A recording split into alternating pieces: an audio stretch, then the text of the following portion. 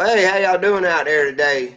Listen, in response to literally thousands of people, thousands of y'all, uh, asking me over and over again, Bill, how do I get to my family? Bill, my spouse, Bill, my mom, Bill, my dad, Bill, my granny. I'm trying to have them see the light. I want them to grow a garden because there's no food coming.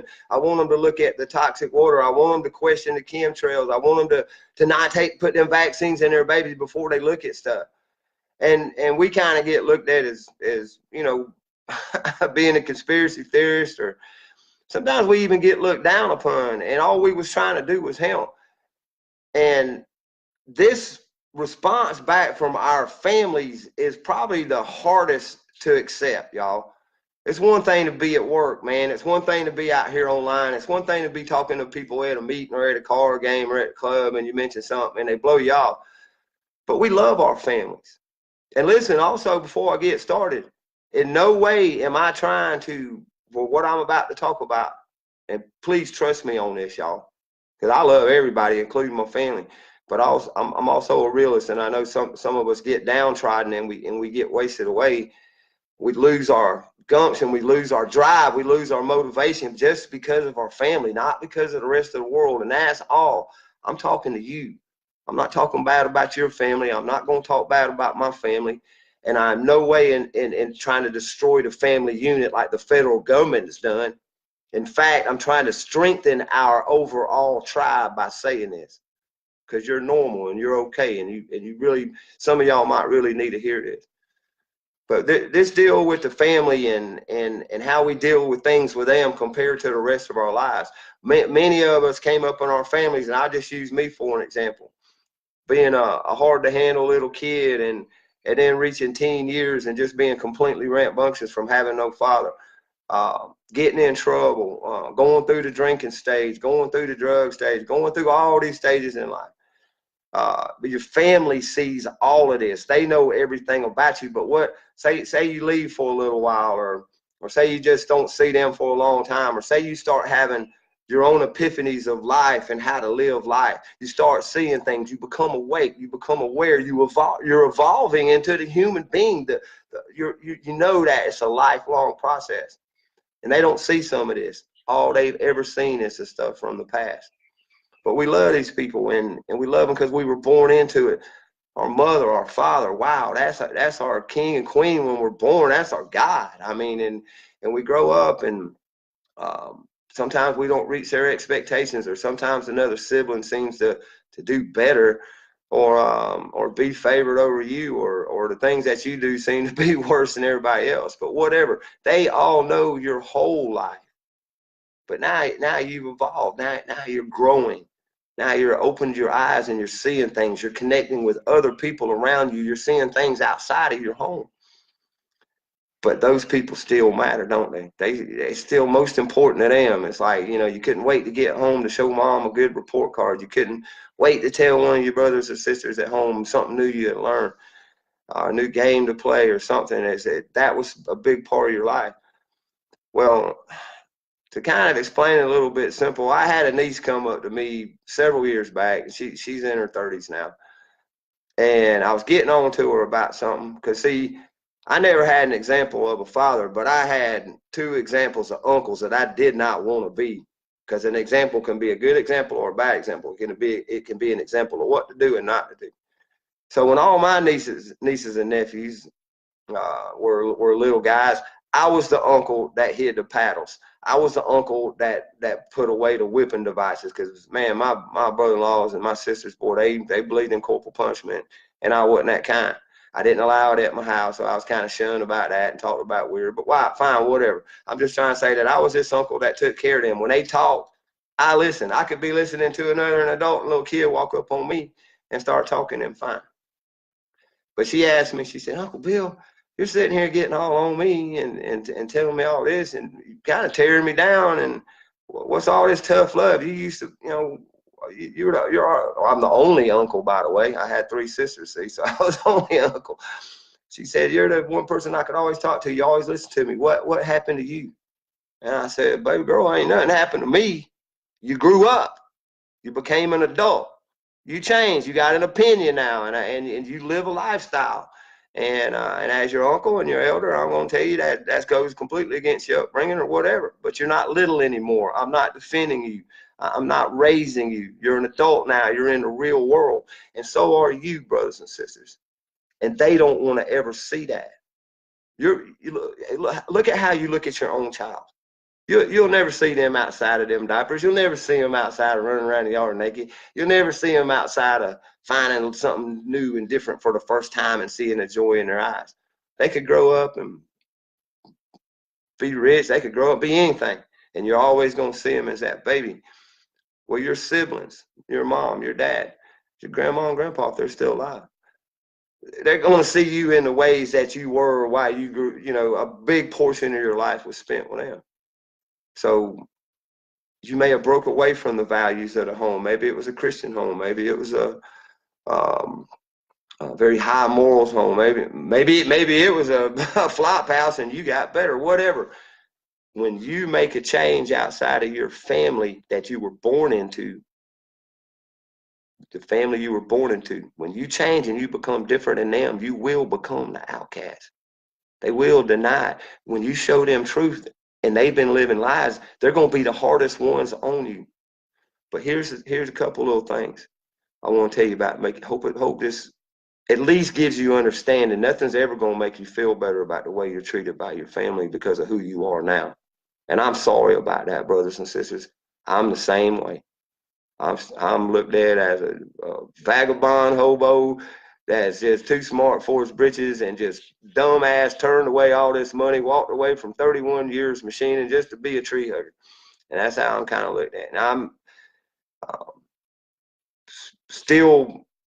I still am honored and respected in my role as an elder, but I'll never be respected as a successful human being. So whatever. And they can always fall back on any kind of crap I've done in my life. But here's the thing. You were born into your family. You didn't pick and choose your family. Your friends are the only choice in life that you will ever make that is completely yours. The people that you unite with, the people that you call tribe, that even some of us call family or fam. I think that's cool.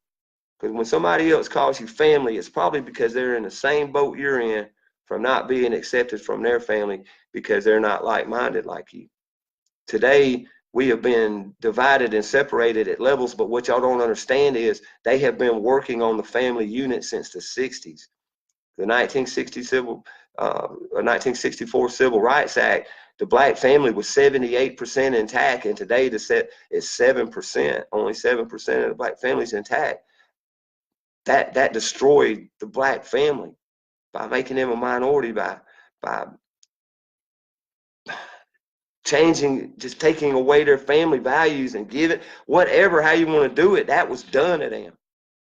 So after that, now it's the destruction of all of our family units, y'all. Look at how all the family units white. The only family unit that seems to be staying together these days is the Asian family unit. So some things have been done against us. But this thing I'm talking about, the being like-minded, the realizing that you didn't pick your family, you picked your friends, that's very important in your life. Because every time, I bet you this, I know some of y'all are just going to agree with me and say, damn, Bill, how'd you know? When you leave your hometown, if you've ever had the opportunity to leave your hometown, you don't got to go all the way across the world. You can just go to the next state. You can just go to another town. And you're being you, right? You're being who you are, who you evolved into. Then all of a sudden, you notice people like you and love you and they appreciate you and respect you and they have great conversations with you and y'all have dinners and everything and nothing gets out of whack. That's your choice. Because some people become toxic to us. They may not be a toxic person. Your mom, your siblings, they may not be toxic people. They may be good people. But for whatever reason, forever how it happened, they're toxic to you. Because when you're around them, you're trying so much to please them. You're trying so much to be that good son, to be that good daughter, to be that good brother, to be that good sister, to be what they wanted of you while you're in their company, while you're in their presence. And you're never going to get there. Because here's the other little thing I wanted to tell you. The person in a relationship that acts like they don't care the most has the power, Now, there's all kinds of power. Why would you want to have power over somebody by acting like you didn't love them and they're seeking your love? Some of you seek a love from a parent. Some of y'all seek a love from a sibling in your own family that you're never, ever going to get. For some reason, it's crushed. For some reason, it became toxic. But you put this love in, and then when you get back just the coldness, when you don't get back the love back, then you're crushed again. Then you're depressed again. Well, why did you even reach out? It's kind of like Charlie Brown and Lucy with that football, ain't it? In a sad way. They always act like they're going to be nice. They're come over, or hey, it's Mother's Day. I'm going to call you up on Mother's Day. It's Father's Day. You know, maybe we're having a barbecue, and why don't you come over? And it always starts out nice. But then they pull that football, don't they? Because, see, they see you living. They see you thinking outside of the box they live in. You stepped out of the family unit, and you went into the tribal world. You found other things and other people and other ideas, other beliefs, other ideology, other spiritual things even maybe. Whatever it is that broke you away and made you feel like the outcast, whatever makes it feel like you have to please them, but it's never good enough. And it never is good enough. And it never will be good enough.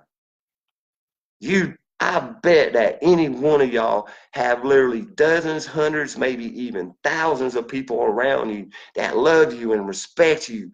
And you don't have to give and show love. It's just there. The love is there. It's unspoken. It's felt. It's beautiful. It's connection. But then you like, I want this with this one, and you try to do it. Well, it ain't going to happen. Now, the good thing is you don't have to completely shun them or stay out of their life. That would be advisable. Walk away as many times as you can. But you can still be you and love them, but you don't have to stick your hand out to get bit. All right? You don't have to stand on the rug to have it snatched out from under you. You don't have to take this abuse. There's no reason in the world why you should feel like shit when you're a wonderful, evolving, growing, knowledgeable, awake human being. And all you wanted was your family to see it. Well, if they don't see it, fine. You can still send them a Christmas card. You can still send them a birthday card. I wouldn't even call. I would not stick my hand out to get bit. I do it all the time, y'all. It just happened to me again. I see a family member down. I'm on my way to do my own thing. I'm like, let me stay and help out. And your help turns into ruin. Your help turns into you being an asshole, or you doing this, or you doing that. No. The worst people on people is their family. And it's not, and I don't think it's always been that way. And we always get this little stupid idea in our head, like, look at the Joneses over there. They're in that nice house. Everything's great over there. Look, their kids are dressed up nice. You don't never hear them hollering out in the front yard. Blah, blah, blah. You don't ever see sister driving off on Thanksgiving because she's mad. Well, you don't know what goes on behind them people's doors. You're thinking about that. You're assuming. You're casting aspersions in an area, in an emotional area you don't need to touch. We are all very fragile emotionally because we do love. Ain't that a bitch? Ain't that a bitch? You love and it hurts. And oh my God, I'm about to cry right now because I can't say that enough. I love my family so much it hurts because I gotta be me. I got to be what I was raised into. You got to be what you were raised into. We have seen truths. We see the lies even. And we can't look back. Don't change your life for toxic people's affection or love, or even what do you want from them? Who are they? But it hurts to love them. If it hurts to love somebody, love them from afar. Don't take the hurt. It ain't your place in life to take that pain on that other people put on you when you can't avoid it. So I will get on to you a little bit. Be smart like you are. If they ain't going to come around, they ain't going to come around. The thinking maybe they will, damn, that's like voting, ain't it? Well, hell, maybe the next guy will vote in will do something good. Well, hell, maybe the next Thanksgiving dinner will be good. Maybe the next time I call on Mother's Day, it'll be good. Maybe the next time I call out of the blue and ask how you are, it's going to be good. No, it's probably not. And I'm very sorry about that. I want what you want. So since I can't tell you how to get what you want, since I can't tell you how to get what I want, I will tell you how not to be hurt, how to keep your power, how to keep your strength, your motivation for the people that love you, and our beautiful mother that loves you. Do you know why I love the Mother Earth so much? I don't even want to say it because it's going to sound bad. But I love her because she loves me. Never let me down. Never cuss me out. Never hurt me. And every bit of love that I put into her has just flowed back on me. It's what keeps me alive is my love for my planet. And I cannot have her without you. And I also realize that nobody is the same. We're all different. But because of the way we have been manipulated, y'all, and this is very, very important. This is so important.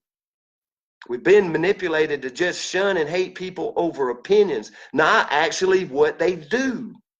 So the ones that hurt you, you continue to try to love them. And the ones around you that are actually doing good things, you're like, all right, good deal, good job, thanks.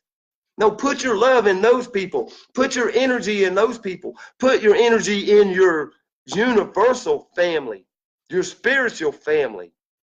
Put your love into yourself.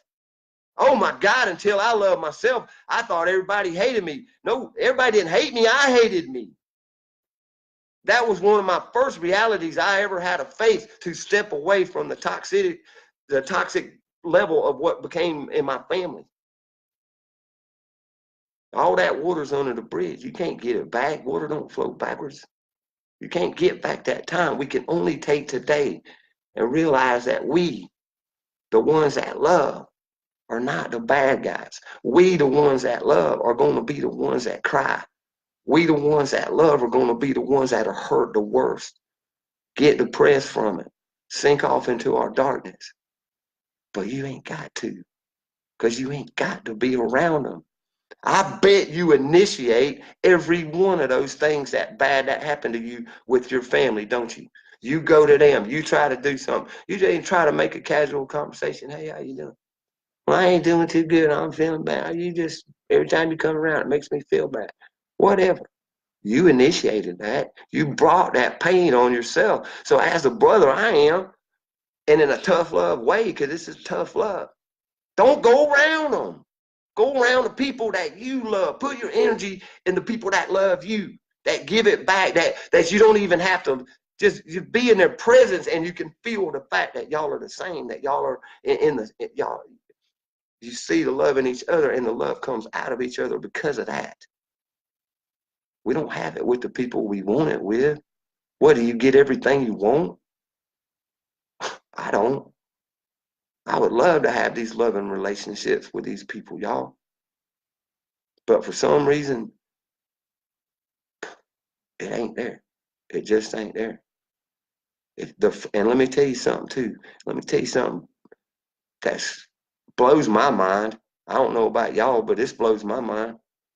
The poorer I live, the further I step away, the more I seem to be envied by people that work. The more I get called scumbag when I got everything that I need and nothing from nobody else. In other words, the freer you become, the more the slaves are going to help you. The more, and this goes with your family unit you were born in, the further you step away from the basic values of what went on in your home as you grew up, where you were on the totem pole, the further you realize that there wasn't even a totem pole. And you do your own thing and you're happy. If they're not happy, they're going to make you unhappy. They're going to tell you how bad you're living, how everything's wrong. They're going to see the negative in everything. Nobody wants to say, well, Bill can just walk in a meadow when he wants. Bill can go get medicine whenever he wants, right out of the woods. Bill does it. Bill needs nothing. I don't like that. And then Bill needs us. Bill needs to do like us. Bill's not doing like us. Bill's fucking up. It's fucked up because I live my life the way I chose to live my life. I chose to be a free man, and it's hard and it sucks. But here I am. I like it. I like it. I like me. And I love them. But they hurt me. And you love them. And they crush you. And I don't want to see that in you anymore, my brothers and sisters. Because it ain't got to be there. So if somebody's trying to have the control or power in a relationship, that's definitely toxic. Step away. I know it ain't easy like Facebook and you can just block them, but don't go around them. Don't initiate contact. Worry about you. Worry about your peace.